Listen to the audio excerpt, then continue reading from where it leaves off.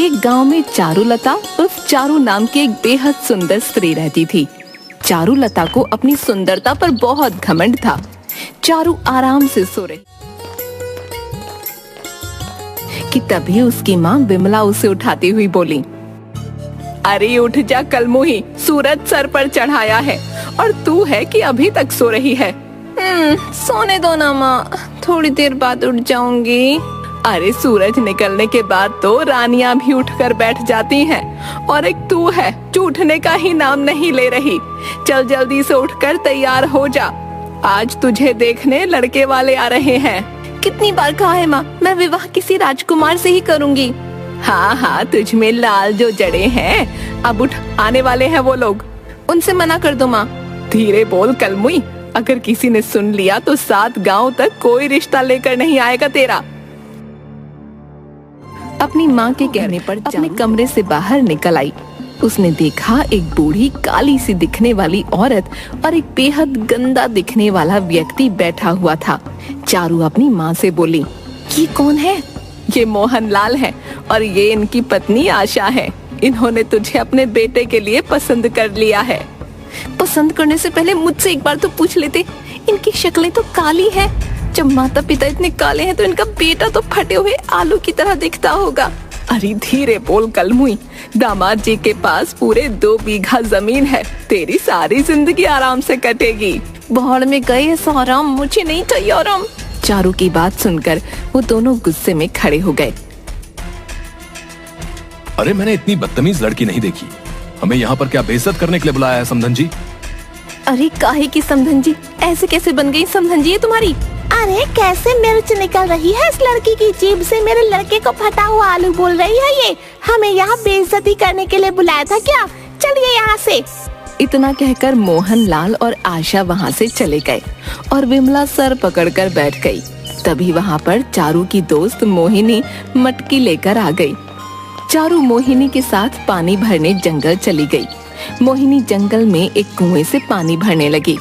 तभी उन दोनों के कानों में किसी बुजुर्ग के कराहने की आवाज टकराई। लगता है कोई बुजुर्ग बेचारा जमीन पर गिर गया है। अरे तो गिरने दे, राजकुमारी गिरे हुए बुढ़ों को उठाने के काम करेगी। ऐसे नहीं बोलते चारू, हो सकता है कोई बुजुर्ग गीली जमीन पर गिर गया हो। मेरे हाथ में रस्सी है, नहीं तो मैं खुद जाकर देख लेती। ठीक है, अगर तुम कहती हो तो देखना ही पड़ेगा। चारू ने देखा कि एक साधु एक पेड़ के नीचे बैठा हुआ उठने की कोशिश कर रहा था। चारू उसकी ओर पहुंचकर बोली, ये क्या बाबा, मुझे तो लगा था आप गिर गए होंगे, लेकिन आप तो पेड़ के नीचे आराम से बैठे हुए हैं। जुबान मत चला लड़की, मुझे हाथ पकड़कर उठा। ना बाबा ना, आपके हाथ पकड़ने से तो मेरे हाथ गंदे हो जाएंगे और राजकुमारी अपना हाथ ऐसे वैसे को नहीं देती।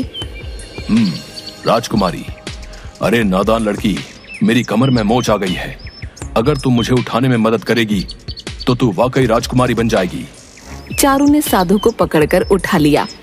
ये लो बाबा, मैंने तुम्हें पकड़कर उठा दिया, लेकिन मुझे तो अपने अंदर कोई भी परिवर्तन महसूस नहीं हुआ। लगता है तेरी इच्छा किसी राजा से शादी करने की है। आपको कैसे पता? तेरी बातें सुनकर। तेरी जीभ तो कैंची की तरह कतर कतर चलती है, लेकिन है तू सुंदर। मांग, क्या मांगती है? साधु की बात सुनकर चारू मजाक उड़ाने वाले अंदाज में साधु की ओर देखने लगी। मेरी तरफ ऐसे मत देख कन्या, मैं कोई मामूली साधु नहीं हूँ। वही तो मैं देख रही हूँ बाबा, बोल तो ऐसे रही हो जैसे मैं जो भी मांगूंगी आप फट से मेरी मांग को पूरा कर दोगी। लेकिन मत भूलो, कुछ देर पहले मैंने आपको हाथ पकड़कर आपकी उठने में मदद की थी। अगर आप इतने ही पहुँचे हुए साधु हो तो अपनी कमर खुद क्यों नहीं ठीक कर लेते? इतना बोलकर चारुलता जोर जोर से हंसने लगी। चारुलता को हंसता देखकर साधु के चेहरे पर क्रोध झलकने लगा। कुछ बातें साधारण मानव के समझ से परे होती हैं। बेवकूफ कन्या, तेरी हंसी ने मुझे क्रोध दिला दिया है। बोल, क्या चाहती है तू? चारू हंसते हुए बोली, मैं अपना जीवन एक रानी की तरह बिताना चाहती हूँ। बोलो, क्या तुम मुझे ऐसा वरदान दे सकते हो? और क्या तुम्हारा वरदान काम करेगा, या तुम्हारे दिए हुए वरदान का हाल भी तुम्हारी कमर की मोच की तरह होगा? कुछ समय बाद इस राज्य के राजमहल में एक बहुत बड़ा स्वयंवर होने जा रहा है। बहुत से देशों के राजा उस स्वयंवर में हिस्सा लेने के लिए आएंगे और वहां पर बहुत ही सुंदर राजकुमारी अभी अपने वर तलाशने राजमहल में आएंगी। तू स्वयंवर में चली जाना। तुझे देखकर कोई भी उन दूसरी राजकुमारियों को पसंद नहीं करेगा। सबकी नजर तुझ पर ही जाएगी। लेकिन जाने से पहले एक बार फिर से अपने फैसले पर विचार कर लेना। क्या तू वाकई ऐसा चाहती है? कितनी बार बताऊं? हाँ, मैं वाकई राजा से विवाह करना चाहती हूँ और राजकुमारी बनकर अपने जीवन को व्यतीत करना चाहती हूँ। राजकुमारियों का जीवन देखने में बड़ा ही सुंदर लगता है, बेवकूफ कन्या, लेकिन उनके जीवन में कितनी कठिनाइयां होती हैं, शायद तुझे इसका अंदाजा नहीं है। जा, मैंने तुझे वरदान दिया, जैसे ही तू स्वयंवर में जाएगी, हर कोई राजा तुझसे ही विवाह करना चाहेगा। इतना कहकर साधु क्रोधित होकर वहाँ से चला गया। चारू हंसती हुई मोहिनी के पास आ गई। क्या हुआ चारू, तू हंस क्यों रही है?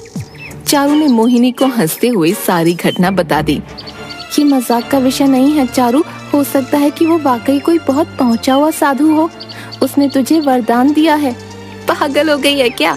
उस साधु की कमर में मोच थी, वो उठकर खड़ा तक नहीं हो पा रहा था। भला जो अपनी कमर की मोच का दर्द ठीक नहीं कर सकता, उसके दिए हुए वरदान का क्या भरोसा? जरूर वो कोई पाखंडी साधु था, बेवकूफ कहीं का। एक बार कोशिश करने में क्या हर्ज है? हो सकता है वो साधु सही बोल रहा हो और तू जो सपना देखती है, क्या पता तेरा सपना सच हो जाए। मोहिनी, अभी तो तभी पता लगेगा ना जब वाकई इस राज्य में स्वयंवर मनाया जाएगा। फिलहाल तो अभी दूर दूर तक कोई सूचना नहीं है कि अपने राज्य में ऐसा कुछ हो रहा है। चारू उस साधु का मजाक उड़ाते हुए मोहिनी के साथ साथ मटकी उठाए घर पर चली गई। लेकिन कुछ ही महीनों के बाद पूरे राज्य में राजकुमारियों के स्वयंवर का ऐलान हो गया। स्वयंवर के बारे में सुनकर मोहिनी खुश होती हुई चारुलता के पास आकर बोली, अरे चारू, तूने कुछ सुना? अपने राज्य में एक बहुत बड़ा स्वयंवर होने वाला है। अलग अलग देशों के 4 राजा उस स्वयंवर में भाग लेंगे और अलग अलग देशों की बहुत सी राजकुमारी भी उस स्वयंवर में हिस्सा लेंगी। जिस राजकुमारी को जो राजा चुनेगा वो उस राजा की पत्नी बन जाएगी। इसका मतलब वो साधु सही बोल रहा था। मैं भी बहुत देर से इसी बात के बारे में सोच रही हूँ, लेकिन मेरी समझ में नहीं आता कि क्या हमें राजमहल में घुसने की इजाजत मिलेगी। अरे कोशिश करने में क्या जाता है, चल वो आज का ही दिन है। कुछ ही वक्त के बाद वो स्वयंवर शुरू होने वाला है। कहीं ऐसा ना हो कि वक्त निकल जाने के बाद तेरे पास पछताने के अलावा कोई रास्ता ना हो। मोहिनी की बात सुनकर चारू की आंखों में चमक आ गई। वो मोहिनी के साथ राजमहल की ओर चली आई। वो दोनों राजमहल के गेट पर जा पहुँचे कि तभी सैनिक ने उनको रोककर कहा, तुम अंदर नहीं जा सकती, यहाँ आम नागरिकों का जाना मना है। इतना कहकर जैसे ही उस सैनिक की निगाह चारू पर पड़ी, पता नहीं उसे क्या हुआ। अरे तुम तो वाकई बहुत सुंदर स्त्री हो। लगता है तुम कहीं की राजकुमारी हो जो भेष बदल कर राज्य घूमने के लिए निकली है। जाओ अंदर जाओ, इससे पहले कि तुम पर किसी की नजर पड़ जाए। और ये तुम्हारे साथ कौन है? उस सैनिक की बात पर चारू मुस्कुराती हुई बोली, ये मेरी दासी है मोहिनी। ये हमेशा मेरे साथ ही रहती है। अब जल्दी से मेरा रास्ता छोड़ो, मुझे अंदर जाने दो। सैनिक ने तुरंत उसे अंदर जाने की इजाजत दी। मोहिनी को चारू की ये बात बिल्कुल भी पसंद नहीं आई। मोहिनी आहिस्ता से बोली, ये क्या चारू, तेरे तो अचानक तेवर ही बदल गए। उस सैनिक ने गलती से तुझे राजकुमारी क्या समझ लिया? तूने तो मुझे अपनी दासी बना दिया। अरे छोड़ ना, क्या फर्क पड़ता है, चल चल अंदर चल। अंदर एक बहुत बड़ा स्वयंवर चला था। उस स्वयंवर में राजा वीर सिंह, रतन सिंह, धीर सिंह और विजेंद्र सिंह सिंहासन पर बैठे हुए थे और सामने बैठी रानियों को प्यार भरी नजरों से देख रहे थे। तभी वहाँ चारू और मोहिनी आ गईं। जैसे उन चारों राजाओं की नजर चारू पर पड़ी, वो चारों के चारों राजा चारू के रूप को देखकर मंत्रमुग्ध हो गए। मुझे मेरी राजकुमारी मिल गई। ऐ सुंदरी, कौन हो तुम? क्या नाम है तुम्हारा? मेरा नाम चारुलता है। खैर तुम कोई भी हो, मुझे उससे कोई फर्क नहीं पड़ता। तुम ही मेरी रानी बनोगी। तभी वहाँ पर बैठा हुआ दूसरा राजा रतन सिंह बोला, अपनी बात वापस ले लो वीर सिंह। मैं इस लड़की से विवाह करूंगा। मुझे इस लड़की की सुंदरता ने दीवाना बना दिया है। बेवकूफ राजाओं, तुम्हारे सामने इतनी रानियां बैठी हुई हैं, फिर भी तुम्हें ये आम सी लड़की मिली। मैं हमेशा से ही आम लड़की से विवाह करना चाहता था। इससे मैं शादी करूंगा। अपने फैसलों पर तुम एक बार गौर कर लो। इस लड़की से सिर्फ मैं ही शादी करूंगा। राजमहल में हाहाकार मच गया। चारों राजा एक दूसरे को मारने को उतारू हो गए। राजमहल के राजगुरु ये माजरा बहुत देर से देख रहे थे। वो क्रोधित होकर उन राजाओं से बोले, बंद करो अपनी बकवास बेवकूफ राजाओं। ऐसे तो तुम चारों अपनी जान ले लोगे। मेरे पास एक उपाय है। कौन सा उपाय? तुम चारों का विवाह इस लड़की से करा दिया जाए। ये कैसी बातें कर रहे हैं आप? भला हम चारों राजाओं की एक पत्नी कैसे हो सकती है? असंभव। हो सकती है, क्यों नहीं हो सकती? लड़ने से बेहतर है कि तुम चारों इस लड़की से विवाह कर लो। अगर हम चारों इससे विवाह कर लेंगे तो फिर तो मुश्किल हो जाएगी। हम चारों अलग अलग राज्य के हैं। ये रहेगी किसके साथ? इसे हर राजा के साथ ही एक महीने रहना होगा। फैसला हो चुका। राजगुरु की ये बात चारों राजाओं को पसंद आ गई, मगर ये देखकर चारों के होश उड़ गए। उसने मोहिनी की ओर देखकर कहा, अरे मैं तो सिर्फ एक राजा की रानी बनना चाहती थी मोहिनी, लेकिन मुझे 4 राजाओं से विवाह करना पड़ेगा। मेरी तो हालत खराब हो जाएगी। तुझे बड़ा शौक था ना रानी बनने का। लगता है उस साधु ने तुझे जरूरत से ज्यादा वरदान दे दिया। चारू, तू एक राजा की पत्नी नहीं बल्कि 4 राजाओं की पत्नी बनेगी। मुझे किसी की रानी नहीं बनना। इतना कहकर चारू वहाँ से भागने ही वाली थी कि तभी राजगुरु ने चारू को पकड़ने का आदेश दे दिया। चारू के पास अब उन चारों से विवाह करने के अलावा और कोई चारा नहीं था। चारू का विवाह उन 4 राजाओं से हो गया। विवाह होने के बाद वीर सिंह खुश होते हुए बोला, सबसे पहले इस सुंदरी पर मेरी नजर गई थी, क्योंकि अब ये मेरी रानी बन गई है, इसलिए सबसे पहले ये मेरे साथ रहेगी। ऐसे तुझमें क्या लाल जड़े जो ये सबसे पहले तेरे साथ रहेगी? मत भूलो राजा वीर सिंह, अब ये मेरी भी पत्नी है, इसलिए सबसे पहले ये मेरे साथ रहेगी। नहीं, मेरी रानी सबसे पहले मेरे साथ रहेगी। उन तीनों की बात सुनकर राजा विजेंद्र सिंह गुस्से से लाल पीला हो गया। वो तुरंत तलवार निकाल कर बोला, तुम तीनों राजाओं का अंत मेरे ही हाथों लिखा है। वैसे भी मैं तुम तीनों पर हमला करने ही वाला था, लेकिन मुझे तुम्हारे ऊपर हमला करने का कोई बहाना नहीं मिल रहा था। ये सिर्फ मेरी रानी है और ये सिर्फ मेरे साथ रहेगी। मैं अपनी रानी को किसी को हाथ भी नहीं लगाने दूंगा। अबे पागल हो गया क्या? मत भूल, हम सब ने भी इस सुंदरी के साथ विवाह किया है। और क्या बोला तू हम तीनों पर हमला करने वाला था? इसका मतलब है पिछले महीने जो गुप्तचर मेरे राज्य में पकड़ा गया था वो तेरा भेजा हुआ था। हाँ, मेरा भेजा हुआ था। तुम तीनों राजाओं की भलाई इसी में है कि चारुलता की तरफ देखना छोड़ दो। चारुलता सिर्फ मेरी पत्नी है। बेवकूफ राजा, राजगुरु का आदेश है कि रानी एक महीने हम चारों राजाओं के साथ रहेगी। तुम राजगुरु के आदेश का अपमान कर रहे हो। भाड़ में गया राजा राजगुरु का आदेश। भाड़ में जाओ तुम सब। मैं नहीं मानता कि रानी का विवाह तुम तीनों के साथ हुआ है। सच तो यह है कि इस सुंदरी से मुझे पहली नजर में प्यार हो गया था। बंद करो अपनी ये बकवास राजा विजेंद्र सिंह। तुम मेरे आदेश के खिलाफ जा रहे हो। मैंने लड़ाई रोकने के लिए ही इसका विवाह तुम चारों से करवाया है। मुझे कोई फर्क नहीं पड़ता। अब तो जो जीतेगा वही इस रानी को लेकर जाएगा। इतना कहकर राजा विजेंद्र सिंह ने तलवार निकालकर एक ही बार से राजा वीर सिंह को घायल कर दिया। तेरी इतनी हिम्मत कि तूने मेरे ऊपर हमला कर दिया, अब तेरी खैर नहीं। इतना कहकर वीर सिंह ने भी अपनी तलवार से राजा विजेंद्र सिंह पर बड़ा खतरनाक वार किया। राजा विजेंद्र सिंह वहीं ढेर होकर गिर गया। मैंने राजा विजेंद्र सिंह को खत्म कर दिया है। अब रानी सिर्फ मेरे साथ जाएगी। तीनों राजाओं में भयानक जंग छिड़ गई। चारू सर पकड़कर वहीं पर बैठ गई। ये राजा तो आपस में तेरे लिए कुत्ते की तरह लड़ रहे हैं चारू। अभी भी मौका है, राजमहल से भाग निकलते हैं।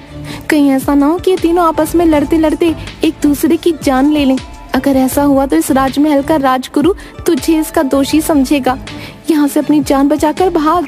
चारू नजर बचाकर मोहिनी के साथ राजमहल से भाग गई। वो सीधे घबराती हुई जंगल की ओर भागी कि तभी चारू की नजर पेड़ के नीचे बैठे हुए उसी साधु पर पड़ी। चारू दौड़ती हुई उस साधु के पास पहुंचकर बोली, मुझे बचा लीजिए साधु महाराज। क्या हुआ कन्या, तुम इतनी घबराई क्यों हो? क्या तुम आज उस स्वयंवर में नहीं गई? चारू ने सारी घटना साधु को बता दी। तुम तो एक रानी की तरह अपना जीवन व्यतीत करना चाहती थी। एक नहीं बल्कि 4 राजाओं ने तुम्हें पसंद कर लिया और तुमसे विवाह कर लिया। ये और बात है कि वो आपस में लड़ पड़े और एक को अपनी जान गंवानी पड़ी। राजमहल में अक्सर ऐसा ही होता है। राजा बनते हैं और लड़कर खत्म हो जाते हैं। लेकिन तुम्हें इससे क्या? तुम आराम से अपना जीवन एक एक राजा के पास रहकर गुजार सकती हो। मुझे क्षमा कर दीजिए बाबा, मेरे सर से रानी बनने का भूत उतर चुका है। मैं 4 राजाओं की रानी नहीं बन सकती। 4 नहीं 3, एक तो मारा जा चुका है। जो भी हो, मैं अब रानी नहीं बनना चाहती। साधु को चारू को देखकर तरस आ गया। उसने देखा चारू की आंखों से पश्चाताप के आंसू बह रहे थे। साधु ने मुस्कुराकर जवाब दिया, जाओ अपने घर पर जाओ। उस राजमहल में कौन सी सुंदर कन्या आई थी, ये हमेशा एक रहस्य ही रहेगा। राजमहल के लोग कभी नहीं जान पाएंगे। इतना कहकर वो साधु वहां से चला गया और चारू चुपचाप अपने घर आ गई। उस दिन के बाद से चारू के दिल से रानी बनने का भूत उतर गया था।